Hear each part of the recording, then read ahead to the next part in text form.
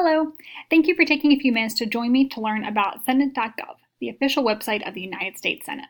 The site provides information about current senators and legislative proceedings and offers an extensive archive of resources that our teachers and students can use to support their learning and research. In today's short presentation, I'm going to give you a quick tour of the site and point out a few noteworthy features I think will be useful for our schools. I'll also discuss the ways that the site can tie into the curriculum, the administrative processes to consider when approving the site, and the technical implications for the school system. So let's dive right in and start taking a look at the webpage. As I mentioned earlier, the site serves two primary purposes. First and foremost, it's designed to provide information about senators and the current legislative session. From the homepage, you can see tools for finding your senator, as well as information about upcoming floor proceedings, scheduled hearings, and the results of recent Senate roll call votes. There's also an extensive how-to section, which covers everything from how to contact your senator to how to find a bill. If you or your students have a question about what is going on in Congress, Senate.gov should be your go-to source. However, the website also offers resources that give historical and social context to the work of the United States Senate over the past 240 years. As an example, one of the featured stories on the site is the Senate and Women's Right to Vote, which explores the fight for the 19th Amendment in honor of its centennial anniversary. You can also find information dedicated to landmark legislation. This part of the site highlights some of the most important legislation in our country's history and shares information about the Senate's role in those debates. One of the areas I found particularly fascinating was the information for the Civil Rights Act of 1964, which includes timelines, primary source documents, and even video from the Senate debates leading up to passing that legislation. Finally, I really enjoyed looking at the site's extensive art collection. There's a truly massive amount of paintings, prints, and photographs and sculptures available to look at online about the Senate building and the people who have worked there. There's even a collection of political cartoons that offer a satirical view of the Senate as it might have been seen by the public at different times throughout history. Overall, looking at the site, I was really struck by how all-encompassing the information was. But of course, one of the reasons that Senate.gov is so valuable is that the site is owned and maintained by the Office of the Secretary of the Senate, which means that all of the information provided on the site is reliable and credible. In fact, the site's usage policy explicitly prohibits linking to personal or campaign information, which ensures that the information on the site remains unbiased by political agendas. In terms of its functionality, Senate.gov is well organized and easy to use. There are clear headings at the top of every page to help you find your way through the site, and there's a detailed sitemap at the bottom that outlines all of the major sections of the web page. If you still can't find what you're looking for, the site has a fairly robust search tool you can use to look for keywords and phrases. The site has a clean and modern design with lots of white space and subtle color palette, which makes it visually appealing and really user-friendly. There's a lot of clear advantages to using Senate.gov. It's a source of reliable information about the United States government, which can be hard to find sometime these days to have information that's this credible. It's also pretty much has everything that you could want to know about the United States Senate all brought together in one place. It offers extensive bibliography listings, interviews, reading lists, and other resources that teachers and students can use to further their research, and has an extensive amount of reference material that we as librarians can have available to answer questions related to the Senate or the United States government. However, there are a few drawbacks to the site. Overall, most of the content is very text-heavy. There are very few videos, and even most of the oral histories are provided as transcriptions.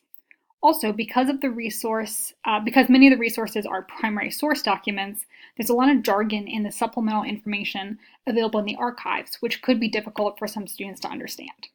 Finally, the site is designed for passive learning. Users can navigate the site and follow topics of their interest, but they cannot interact with that information. But now that we've had a chance to take a look at the site and think about some pros and cons, let's talk about how we could use it in our schools. There are many natural connections between Senate.gov and the social studies curriculum. Students study United States history in elementary and middle school, and there are several core courses and electives at the high school level that focus on United States government and policies. From researching landmark legislation to using the prints in an arts integration activity, Senate.gov could be used to enhance lessons in any one of these courses. The site can also provide current information about our government. As we prepare our students to become civic-minded citizens, this site can offer resources to connect students with the leaders who are making decisions for our country. High school signature programs, which are themed community-based programs available at every high school in Anne Arundel County, may find the resource especially interesting. I could easily see the Public Service Program at Glen Burnie High School or the Global Communications and Public Affairs Program at South River High School taking advantage of these resources. The site has not yet been approved for use in Anne Arundel County Public Schools, but we could review it as a free resource through the Materials of Instruction evaluation process. Following AACPS policy, we would need at least 3 evaluators and an administrator to look over the website, going at least 2 clicks deep into the site.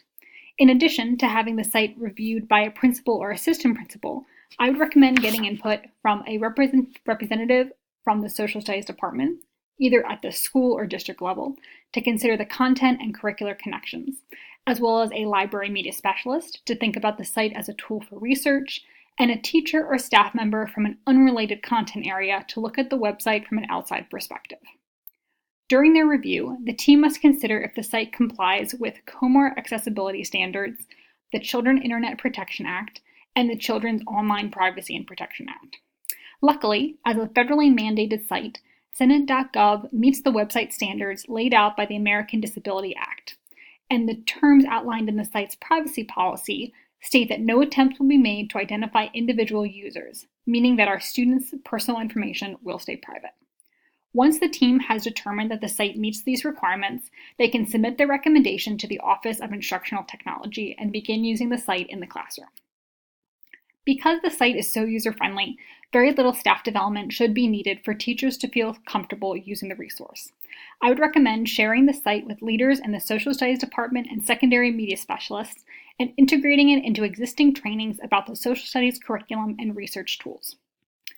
Conversations about copyright are always important when introducing new online resources, but as a government website, Senate.gov's privacy policy explicitly states that the site is considered public information and may be copied and distributed, which is great news for us. We've talked about how we could use Senate.gov in the county, so let's look at some of the administrative implications if we choose to actually use this resource. As I mentioned, Senate.gov is ADA compliant. Students with visual impairment or learning disabilities can use Kurzweil or other text-to-speech software to access the information on the site. However, the site is very text-heavy. Struggling readers may need additional support when trying to find information on the webpage.